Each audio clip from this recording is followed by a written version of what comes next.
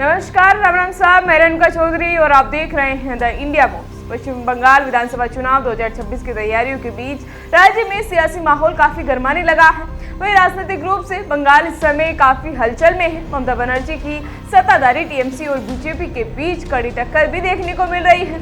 कहा तो ये भी जा रहा है कि लगातार 3 बार सत्ता में रहने के बावजूद ममता बनर्जी और बीजेपी की बढ़ती ताकत की वजह से सबसे कठिन चुनाव का सामना भी कर रही है। इसी बीच मुख्य चुनाव आयुक्त ज्ञानेश्वर कुमार को हाल ही में कोलकाता में विरोध का सामना भी करना पड़ा। वे 3 दिवसीय दौरे पर बंगाल में आए ताकि चुनाव की तैयारियों का जायजा ले सके, लेकिन जैसे ही वे प्रसिद्ध कालीघाट मंदिर दर्शन के लिए पहुंचे, वहां प्रदर्शनकारियों ने उनका विरोध किया, जहां काले झंडे दिखाए गए और गो बैक जैसे नारे भी लगाए गए। दिलचस्प की बात तो ये रही है कि विरोध करने वाले प्रदर्शनकारियों को बंगाली में संबोधित भी किया गया, जो राजनीतिक जानकारों के मुताबिक राज्य में चुनावी संदेश का प्रतीक भी माना जा रहा है। ज्ञानेश्वर कुमार ने हालांकि इस पूरे माहौल के बीच संयम बनाए रखा और मीडिया के सामने बंगाली में कहा कि हमने दक्षिणेश्वर काली मंदिर में पूजा की है। इलेक्शन कमीशन पश्चिम बंगाल में बिना हिंसा और बिना दबाव वाले चुनाव कराने के लिए कमिटेड भी है। बताया जा रहा है कि विरोध प्रदर्शन का मुख्य कारण मतदाता सूची से जुड़ी शिकायतें रही हैं। प्रदर्शनकारियों का आरोप है कि एसआईआर प्रक्रिया के तहत जानबूझकर कई वैध मतदाताओं के नाम हटाए गए हैं, जिसके चलते लोगों में चुनाव आयोग के खिलाफ गुस्सा देखने को मिला। साथ ही नारेबाजी भी की गई। यह स्थिति राज्य में चुनावी तनाव को और भी बढ़ा रही है, क्योंकि चुनाव आयोग की टीम अब राज्य प्रशासन और राजनीतिक दलों के साथ महत्वपूर्ण बैठक शुरू करने वाली भी है।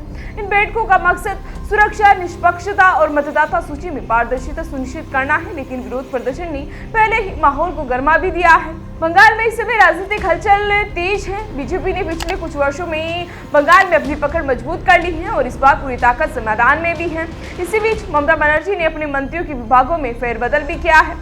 खासकर कानून मंत्रालय का प्रभार अपने हाथों में ले लिया है, जो राजनीतिक तौर पर महत्वपूर्ण भी माना जा रहा है। पश्चिम बंगाल इस समय चुनावी तैयारी, राजनीतिक टकराव और सामाजिक भावना के बीच खड़ा है। ज्ञानेश्वर कुमार का बंगाली में संवाद करना, कालीघाट मंदिर में विरोध प्रदर्शन, मतदाता सूची को लेकर विवाद और राजनीतिक दलों के रणनीतिक कदम, ये सभी राज्य का चुनावी माहौल बेहद रोमांचक और तनावपूर्ण भी बना रहे हैं। वही जनता, राजनीतिक दल और प्रशासन सभी सतर्क हैं और हर कदम पर हर किसी की नजरें चुनाव आयोग पर बनी हुई है।